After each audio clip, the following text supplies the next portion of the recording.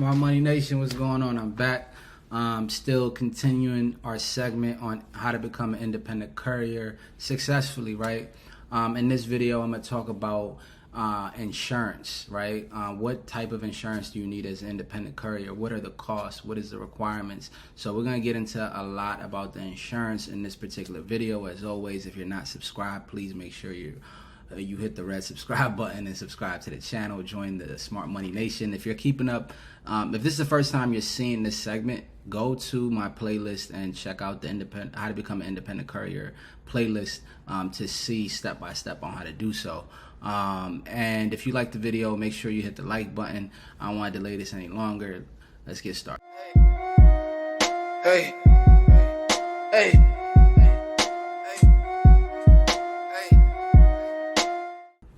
Alright, y'all know me as always. I got a nice Google Doc sheet for you guys to kind of break this whole thing down.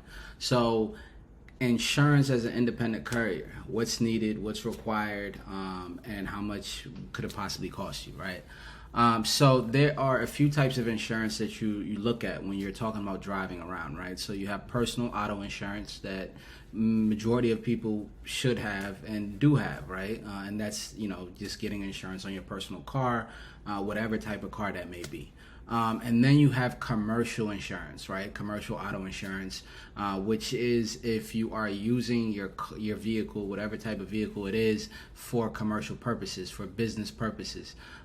So those are two different types of insurance. And the debate is, do I need commercial auto insurance as an independent courier? I don't want to give you advice on which one you should get, but there's not a particular requirement in most contracts you would have with different companies. They will not ask you to get commercial auto insurance. 99% of them won't ask you to do so.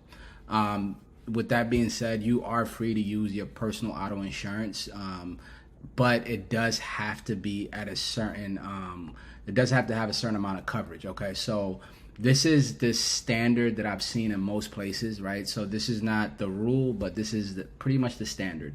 And you can always raise your auto insurance at any point. So if you do come across a contract that you really want and they are requiring more coverage than you already have, you can always call your insurance provider and ask them to raise the coverage, right? Or go online. They have apps nowadays. So personal auto insurance, the standard usually is 100, 300, 100K, right? So you're looking at 100K for each person that is on the insurance policy, 300,000 for each occurrence. So each accident, maximum 300,000, and then 100,000 for each occurrence of property damage. So that's where the 100, 300, 100K comes in. So that is pretty much the standard that you want to have. So when you are getting your auto insurance on your cargo van, your personal car, whatever type of vehicle it may be, keep that in mind, that you need 100, 300, 100K coverage. So that's for the personal auto insurance. As far as commercial auto insurance, as far as the cost for the personal auto insurance being that, the cost will vary based on your age, your driving record, and so on. You guys know how auto insurance goes. So, it could be as low. Some people have it $75, $60, and some people have it as $300-$400 a month, right? So that just really depends on your driving record, your history, and so on. With commercial auto insurance, you are probably looking at like $600-$700 a month for commercial auto insurance if you decide to go that route. Okay.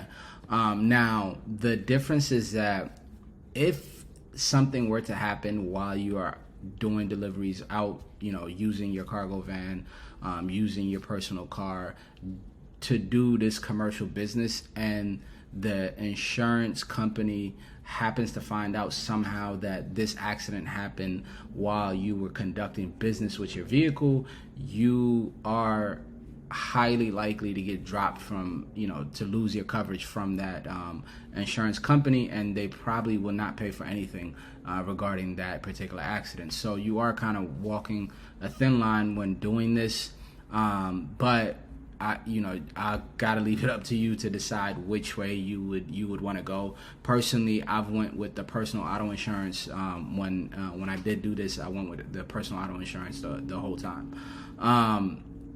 As far as cargo insurance basically covers the cargo that you are carrying in your car, truck, or van, to just ensuring that. So in case of damage, theft, whatever the case may be, it covers that. 99% of the time, you do not need any cargo insurance. Most 3PLs have cargo insurance already covered. Any company that you're contracting with usually already has that covered, and some of them even charge you a fee for that, right? So you'll see a random fee for cargo insurance, but generally this is not something typical you'll see. So 99% of the time, you do not need cargo insurance. General liability insurance. So this, I highly recommend you do get that, right? Because you are open to a lawsuit at any point. You could be moving somebody's furniture, damage it, they want to sue you, they want some money to get new furniture or fix it. You can drop it on somebody and boom, you have a lawsuit, right? So general liability insurance would cover something like that in any if it happens at any point, right? So I highly recommend getting general liability insurance. So what is covered under general liability policy? General liability insurance policies typically cover you and your company for claims involving bodily injuries and property damage resulting from your product, service, or operations, and may also cover you if you are held liable for damages to your landlord's property. So this definitely would cover you in this scenario where you are doing different things, where you're moving people's stuff. You might be moving large items, so there could be damage here and there. So you definitely want to cover yourself and get general liability insurance.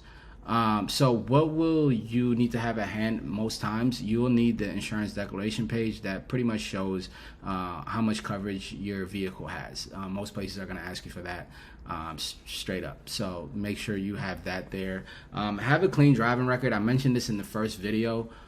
So make sure you keep a clean driving record. That is crucial to this type of business. So make sure, especially in the beginning when you're doing this by yourself and you're the only person, eventually you may hire drivers and other people to replace you, and and treat this more like a business than being self-employed or independent contracting.